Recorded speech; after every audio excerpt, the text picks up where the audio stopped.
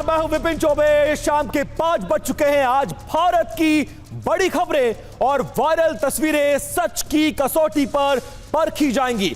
Viral से लेकर verified तक हर खबर का हिसाब न्यूज काउंटर पर होगा। तो शुरुआत करने जा रहे हैं न्यूज काउंटर की। तो शाम 5 बजे आज क्या है खास वो जान लीजिए। आज न्यूज काउंटर में सबसे पहले बात शंकराचार्य पर छिड़े संग्राम की। प्रयागराज के माघ मेले में स्वामी अविमुक्तेश्वरानंद और मेला प्रशासन की जंग अब संत बनाम यूपी सरकार की जंग में बदल गई है।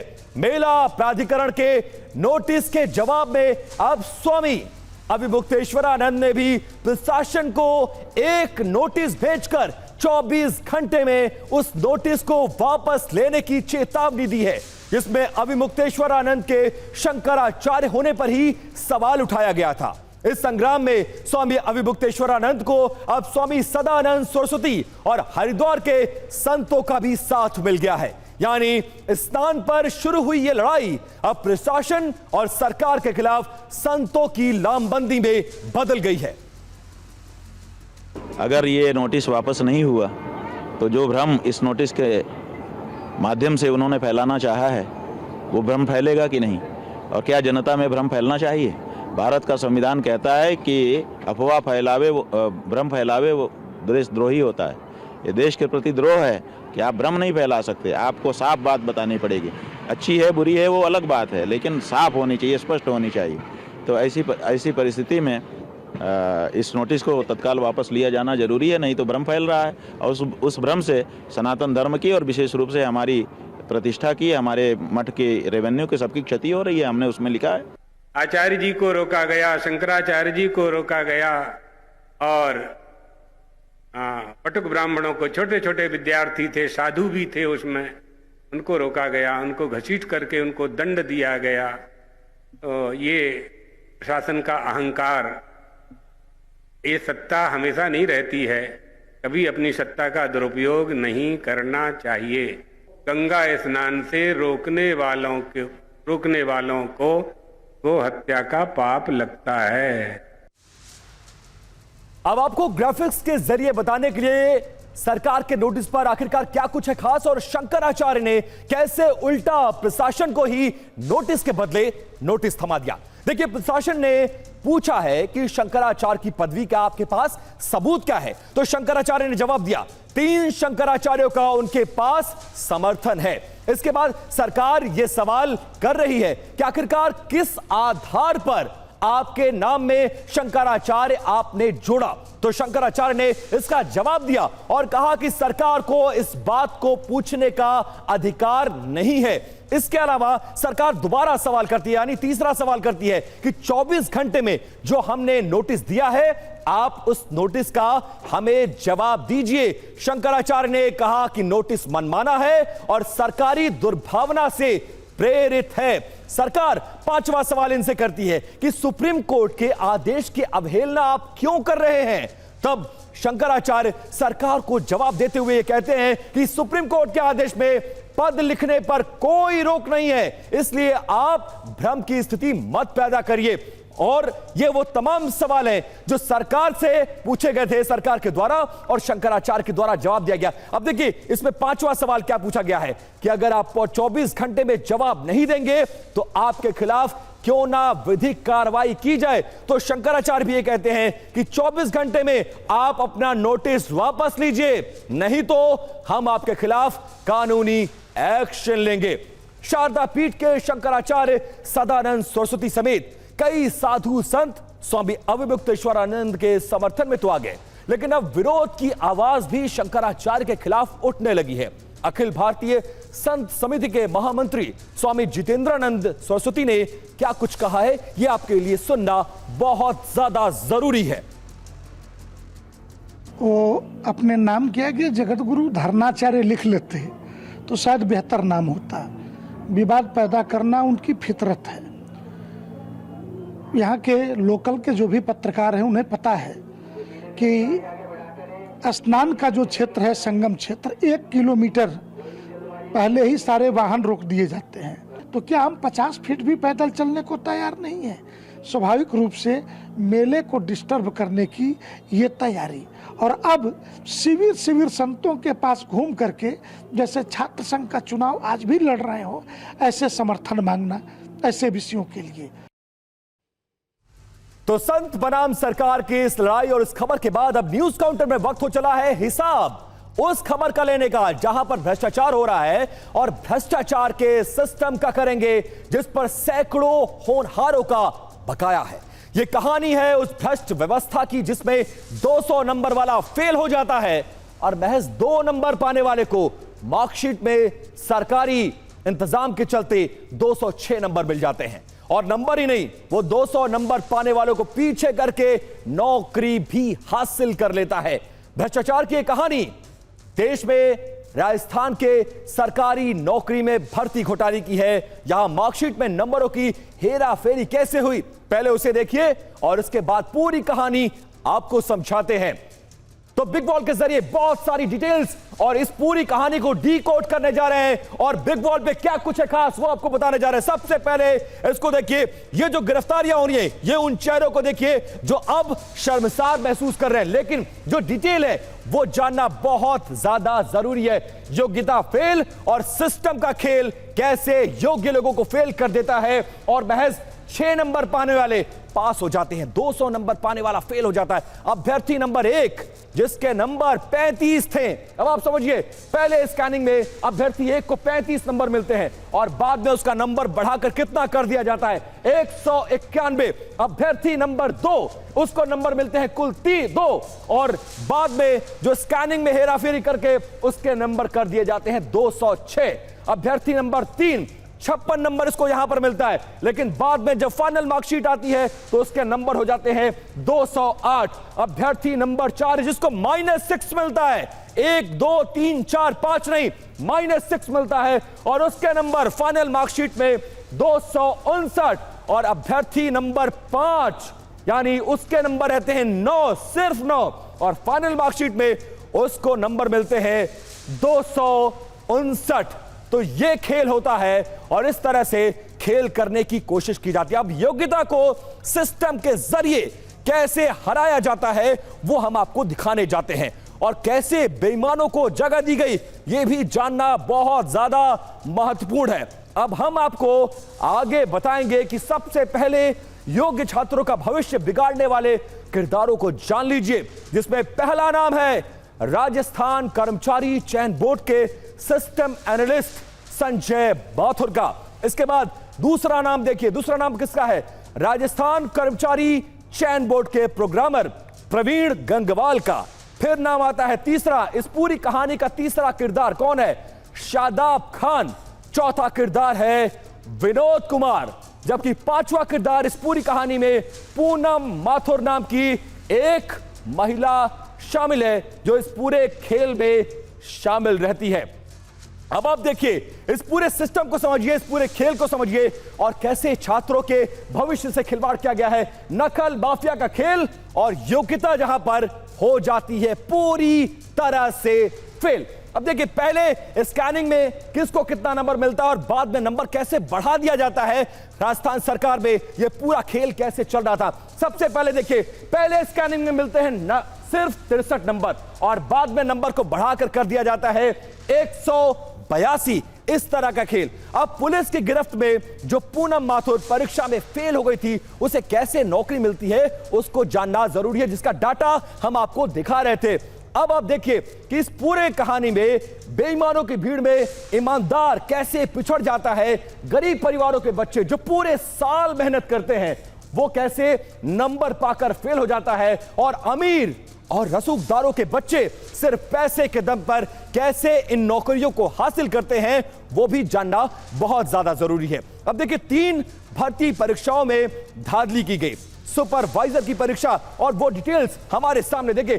सुपरवाइजर सीधी भर्ती परीक्षा 2018 पहली ये भर्ती है जिसमें खेल किया गया। इसके अलावा दूसरी भर्ती कौन सी हुई थी, प्रयोगशाला सहायक भर्ती परीक्षा, यह भी 2018 में इसको कराया गया था। अब तीसरी भर्ती कृषि पर्यवेक्षक भर्ती परीक्षा, यानी 3 परीक्षाएं और तीनों परीक्षाओं में धांधली और उसके बाद इस तरह का खेल। अब देखिए गड़बड़ी कहां होती है वो जानना बहुत जरूरी है।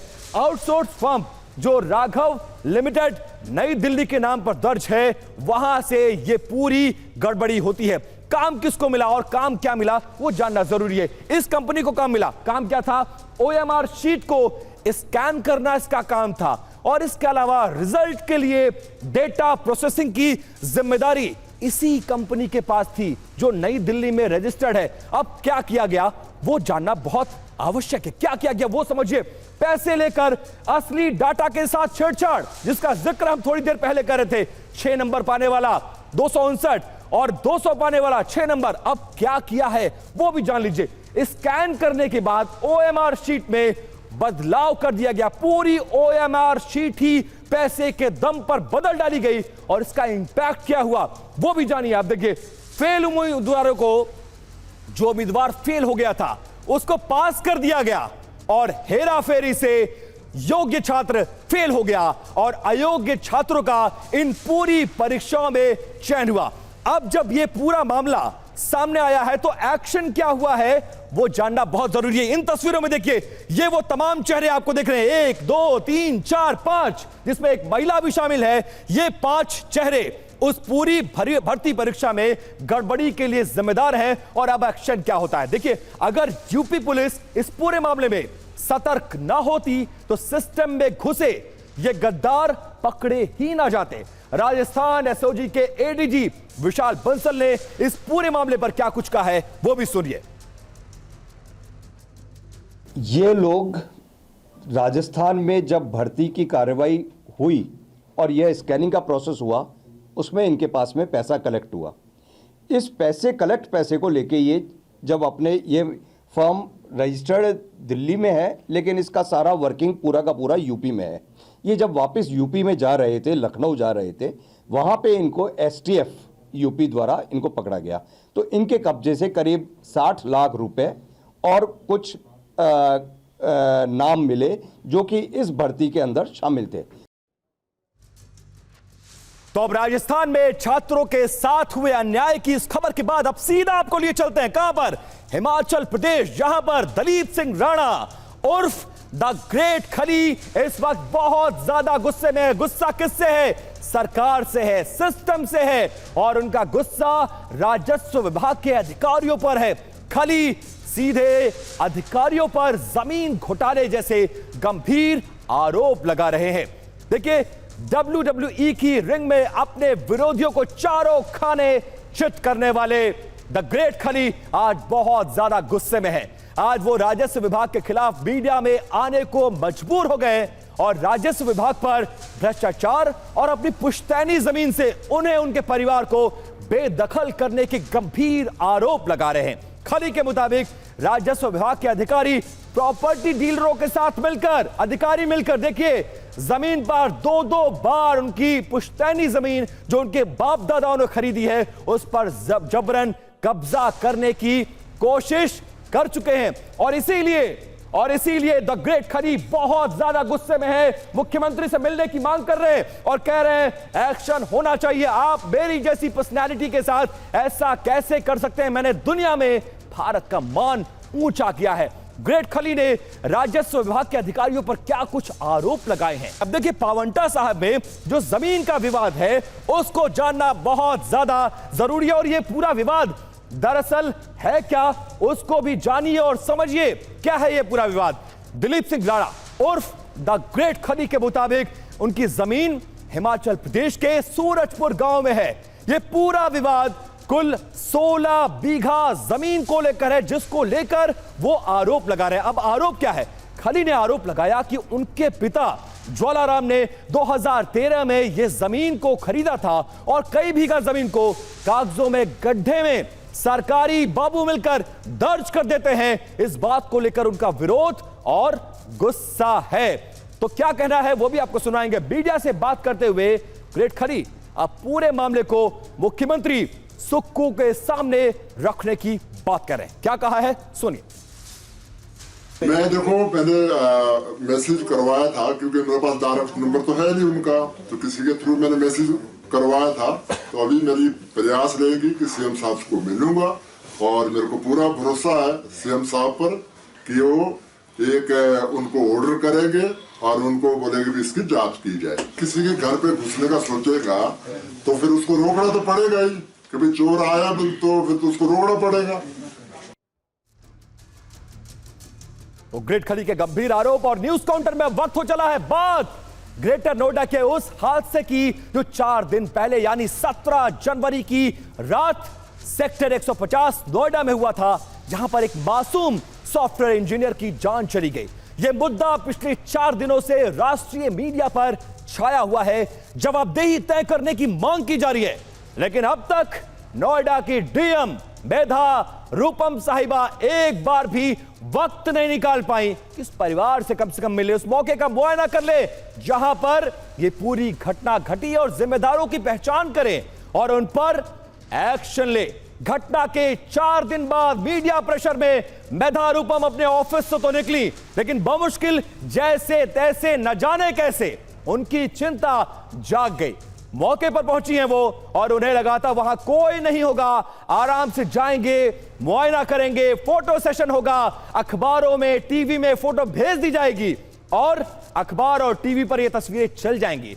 लेकिन सबको लगेगा कि मैडम साहिब बहुत जिम्मेदार है, लेकिन उनको नहीं पता था कि नेशनल मीडिया, सोशल मीडिया के लोग मौके पर पहुंचकर अभी भी वहां पर मांग कर रहे हैं।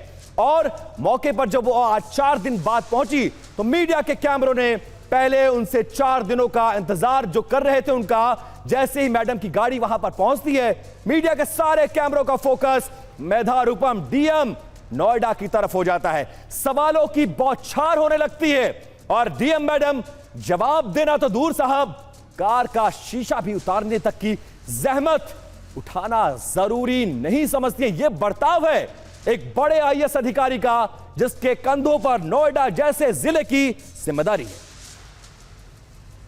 Why DMA was not there? What happens from this? So Noida DM, why was not there? जवाब तो दीजिए, आप 4 दिन बाद कोर्ट पर आइए, ऐसा नहीं हो सकता कि आप जवाब नहीं देंगी। अब सिस्टम की लापरवाही की ये 2 तस्वीरें देखिए और पहली तस्वीर 31 दिसंबर के रात की है, ठीक उसी जगह सेक्टर 150 जहां पर युवराज का एक्सीडेंट हुआ। यह ग्रेटर नोएडा का सेक्टर 150 है।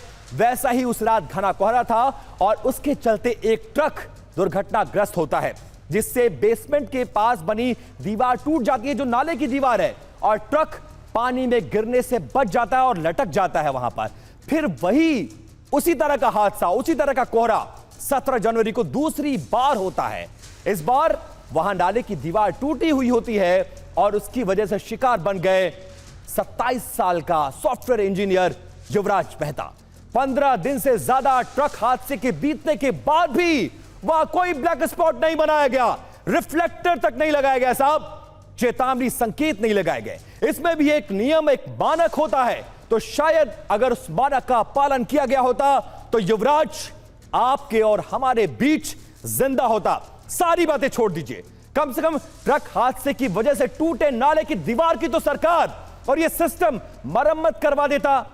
अगर ऐसा होता तो युवराज आज हंसता खेलता अपने परिवार के बीच मौजूद होता। तो यह सिस्टम की लापरवाही की वो तस्वीरें हैं जो अपने आप में बहुत ज्यादा हैरान और परेशान करने वाली, खासकर तब जब आप उत्तर प्रदेश की आर्थिक राजधानी नोएडा में बैठे हो। यह सिस्टम देखिए, सिस्टम की लापरवाही देखिए। हम आपको बार बार, जी हां, बार बार वो 2 तस्वीरें दिखा रहे हैं। ये वही जगह है, ये वही सेक्टर है, ये वही नाला है, ये बेसमेंट का खुदा हुआ वही गड्ढा है। सिर्फ 17 दिन पहले आपको लिए चलते हैं। 31 दिसंबर की रात इसी तरह का कोहरा हादसा होता है। इस हादसे में ट्रक दुर्घटनाग्रस्त होता है, नाले की दीवार टूट जाती है और 17 दिन बाद एक शख्स उसी जगह पर हादसे का शिकार होता है, लेकिन वो इतना खुशकिस्मत नहीं होता है और उसकी मौत हो जाती है। युवराज की मौत का गुनहगार हमारा पूरा सिस्टम है जो 31 दिसंबर की रात ट्रक हादसे के बाद भी नहीं जागता है। कौन कौन है गुनहगार, पहले उन डिपार्टमेंट्स पर नजर डालते हैं और उसके बाद जिम्मेदार अधिकारियों के चेहरे भी आपको दिखाएंगे और उनकी जिम्मेदारी को फिक्स करने की कोशिश भी करेंगे। पहला गुनहगार नोएडा अथॉरिटी, जिसके पास 9 मीटर की रस्सी भी नहीं थी कि वो युवराज को बचा पाता। दूसरा गुनहगार इस साइट के गड्ढे को खोदने वाला बिल्डर, जिसने बेसमेंट के लिए गड्ढा खोदा और खोदकर छोड़ दिया। तीसरा गुनहगार ये लापरवाह सिस्टम जो बार बार हो रहे हादसे के बाद भी सबक नहीं ले रहा है। और चौथा गुनहगार आपदा बचाव और प्रबंधन विभाग जो इतना बड़ा हादसा होने के बाद जिसके पास रेस्क्यू के लिए जरूरी उपकरण भी नहीं थे ताकि युवराज की जान बचाई जाती। इन सब के अलावा एक पांचवा गुनहगार भी है, वह है नोएडा की पुलिस जिसकी कोई चर्चा ही नहीं कर रहा है। पहले पहुंच तो गए लेकिन पहुंच के किया क्या साहब, यह सबसे बड़ा सवाल है। और हद तो यह है कि अब भी सेक्टर 150 में कई ऐसे इलाके हैं जहां किसी भी वक्त बड़ा हादसा हो सकता है। देखिए हमारी संवाददाता शालिनी वाजपेयी की एक ग्राउंड रिपोर्ट जिसमें वो इस तरह के हादसों और गड्ढों को पालन करवाने वाला, गड्ढों को से इस तरह के हादसे करवाने वाली एक रिपोर्ट भेज रही है। नोएडा सेक्टर 150 के जिस तरह के निर्माणाधीन बेसमेंट में युवराज मेहता की मौत हुई, ऐसे ही तमाम गड्ढे नोएडा के आसपास हैं। नोएडा एक्सप्रेसवे के पास सर्विस लेन यहाँ पर बगल है और यहीं पर देखिए ये इतना बड़ा ये गड्ढा जो है वो बना हुआ है। नोएडा के सेक्टर 150 से करीब 2 किलोमीटर दूर अगर कोई भी धुंध भरी रात में आता है और यहाँ पर निकलता है यहाँ से, तो कभी भी वो इस जो पानी भरा हुआ आप देख रहे हैं इस गड्ढे में भी जा सकता है। एक और ब्लाइंड स्पॉट जो मैं आपको दिखा रही हूँ, इस रोड से अगर कोई निकल कर आता है यहाँ पर बिल्कुल भी सीधा सपाट जगह है, कोई भी यहाँ तक कि कोई यहाँ पर ब्रेकर भी नहीं है। तो अभी तक इस रिपोर्ट से पहले हमने आपको वो विभाग दिखाए जो इस तरह के हादसे के लिए, इस हादसे के लिए स्पेसिफिकली जिम्मेदार हैं, लेकिन लापरवाही से एक बेगुनाह शख्स ने अपनी जान खो दी है साहब। इसलिए एक परिवार ने अपना बेटा भी खो दिया है। और अब हम दिखाने जा रहे हैं नोएडा हादसे के जिम्मेदार वो तमाम चेहरे जिन पर कार्रवाई तो नहीं हुई या तो एक्शन के नाम पर सिर्फ खाना पूर्ति हुई है। पहला चेहरा कौन है, इस चेहरे को पहचान लीजिए। ये नोएडा अथॉरिटी के सीईओ एम लोकेश है। इनका इस हादसे के बाद जब चौतरफा सरकार की किरकिरी हुई तो तबादला हो गया। बड़ा रसूख रखने वाली नोएडा की डीएम, अब दूसरी तस्वीर देखिए, ये डीएम है नोएडा की मेधा रूपम। इन पर एक्शन कब होगा, क्योंकि आपदा प्रबंधन की ये प्रमुख जो जिले का जिलाधिकारी होता है वो खुद प्रमुख होता है। मेधा रूपम पर भी कब एक्शन होगा, कोई एक्शन अब तक नहीं है। नोएडा की पुलिस कमिश्नर, क्योंकि देखिए 2 पद हैं इनके पास, ये मेधा रूपम ना सिर्फ डीएम थी बल्कि आपदा प्रबंधन की हेड है। अब तीसरा चेहरा नोएडा की पुलिस कमिश्नर लक्ष्मी सिंह पर कोई कार्रवाई अब तक नहीं हुई है। उनकी जिम्मेदारी कौन तय करेगा। चौथा अधिकारी चीफ फायर ऑफिसर जिसकी गाड़ियां मौके पर पहुंची, प्रदीप कुमार, लेकिन ये गाड़ियां कुछ नहीं कर पाई। युवराज की मौत हो चुकी है। एसडीआरएफ और एनडीआरएफ जो बाद में रेस्क्यू ऑपरेशन के लिए आए लेकिन कुछ भी नहीं कर पाए, इनके कमांडेंट का हिसाब कौन देगा, यह भी आपको जानना बहुत जरूरी है। आपको याद दिला देते हैं कि आखिरकार वो पूरा हादसा हुआ कैसे। इस बिग वॉल पर देखिए, सबसे पहले यहां पर देखिए नोएडा सेक्टर 150 के इस बोर्ड को देखिए। ये वही जगह है जहां पर यह पूरा हादसा होता है। 17 जनवरी की रात में यह पूरा हादसा होता है और जिस तरह का यह हादसा हुआ है उसको देखकर यह कहा जा रहा है यह हादसा नहीं बल्कि सीधी सीधी हत्या है। तो नोएडा की इस खबर के बाद अब न्यूज काउंटर में वक्त हो चला है अगली खबर का। खबर संबल हिंसा के मास्टरमाइंड शारिक साठा के कानूनी हिसाब की।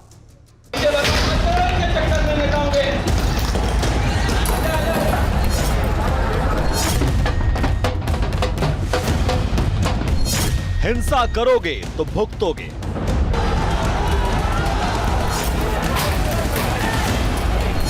अपराध करोगे तो कुर्की होगी। 24/11/24 की हिंसा एवं हत्या के मुख्य फरार अभियुक्त सारिक उर्फ साठा 25 BNSS कुर्की की कार्रवाई हेतु आदेश जारी किया गया है। संबल हिंसा में सबसे बड़ा एक्शन।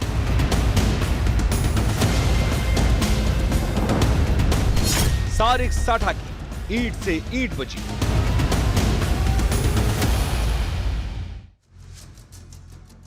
तो संबल की इस खबर को समझने के लिए आपको ये 2 तस्वीरें जरूर देखनी चाहिए।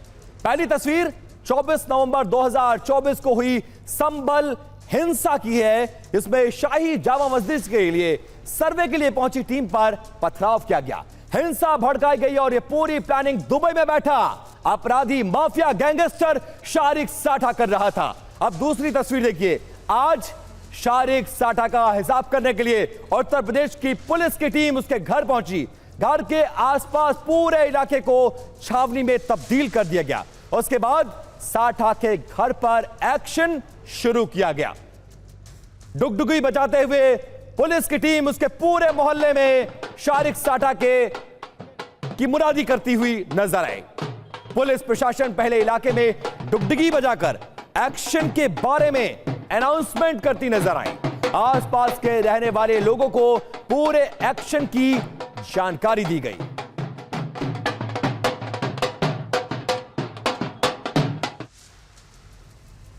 तो डुगडुगी से अनाउंसमेंट करने के बाद पुलिस की टीम ने शारिक साठा के घर पर कुर्की का नोटिस चस्पा किया और इस दौरान बहुत बड़ी संख्या में उत्तर प्रदेश पुलिस के जवान और कई बड़े आला अधिकारी मौके पर मौजूद नजर आए।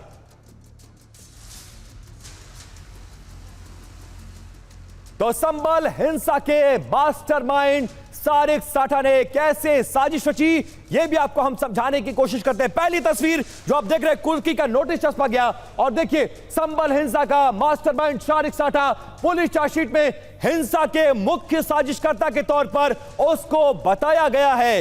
इसके अलावा पुलिस चार्जशीट में यह मुख्य हिंसा करने वाला शख्स है, कहां बैठा हुआ है? दुबई में बैठकर हिंसा के लिए हथियार को सप्लाई करने का इस पर आरोप है। इसके अलावा संभल में बैठे बैठे गैंग के लड़कों के साथ इसने पूरी प्लानिंग की और इस हिंसा को अंजाम दिलवाया। प्लान के लिए दुबई से एक मोबाइल ऐप से विशेष तौर पर बात की ताकि इसकी बातचीत को इंटरसेप्ट ना किया जा सके। पाकिस्तान, अमेरिका मेड जो हथियार हैं वो संभल में सप्लाई कराए गए ताकि यहां का लॉ एंड ऑर्डर खराब हो सके। पुलिस को मौके से पाक ऑर्डिनेंस फैक्ट्री के 9mm के कारतूस मिले हैं जो पुलिस पर फायर किए गए थे। इसके अलावा गैंग का पाकिस्तान और अफगानिस्तान से लिंक के सबूत भी उत्तर प्रदेश पुलिस और एसटीएफ को मिले हैं। इसके अलावा साथ साथ साठा के गैंग मेंबर गुलाम और अफरोज इस पूरे मामले में अरेस्ट हुए और उन्होंने बताया कि कैसे इस पूरे मामले में साठा ने इस पूरे हिंसा को अंजाम दिया है। तो अब देखिए शारिक साठा का हिसाब कर रही है उत्तर प्रदेश की पुलिस। पहले उसको आरोपी बनाया गया, कई मुकदमों में वो गैंगस्टर है, अब आप समझिए। और उसके बाद अब उस गैंगस्टर के परिवार पर, उसकी संपत्तियों पर कुर्की की कार्रवाई की जा रही है। तो देखिए शारिक साठा जो है वो कौन है ये जानना बहुत जरूरी है। अब आप देख लीजिए, जान लीजिए कि कौन है। देश का बड़ा ऑटो लिफ्टर है, हथियार तस्कर है, सप्लायर है और अब तक उस पर कुल 69 केस दर्ज है। जमानत मिली तो दुबई भाग गया। दाऊद इब्राहिम का उसको करीबी बताया जाता है। पाकिस्तान में उसकी पहचान एक आईएसआई एजेंट के तौर पर है और उसके खिलाफ लुकआउट सर्कुलर नोटिस जारी है।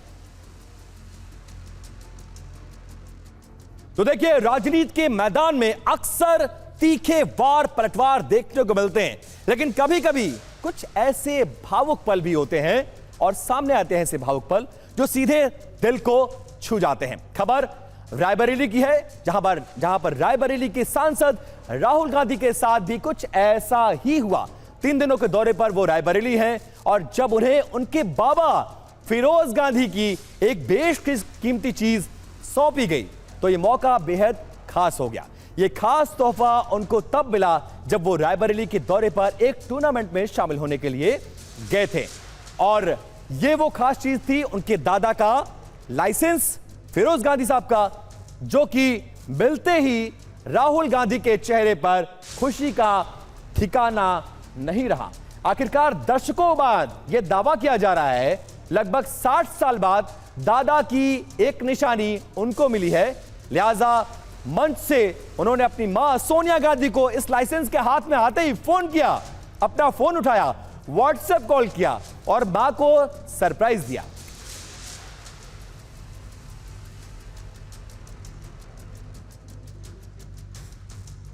और यह भावुक पल रायबरेली में एक टूर्नामेंट के उद्घाटन के दौरान राहुल गांधी को उनके दादा यानी फिरोज गांधी का साल 1938 में लंदन वाला ड्राइविंग लाइसेंस भेंट किया गया। आपको कुछ खास जानकारी इस लाइसेंस के बारे में बता देते हैं। यह लाइसेंस लंदन में बना था। 20 सितंबर 1938 में इसको बनाया गया था। लंदन काउंटी काउंसिल से इसको जारी किया गया था। रायबरेली में एक परिवार के पास ये पिछले 60 सालों से था और परिवार ने 6 दशक तक इस लाइसेंस को संभाल कर रखा हुआ था। रायबरेली क्रिकेट लीग काउंसिल के सदस्य ने इस लाइसेंस को राहुल गांधी को इस समारोह के दौरान सौंपा और लाइसेंस मिलते ही राहुल गांधी ने मां को व्हाट्सएप पर फोटो भेजी है। तो न्यूज काउंटर में आज सिर्फ इतना ही। कल इसी वक्त होगा हमारा दिन भर की खबरों से एनकाउंटर। तब तक आप बने रहिए TV9 भारत वर्ष के साथ।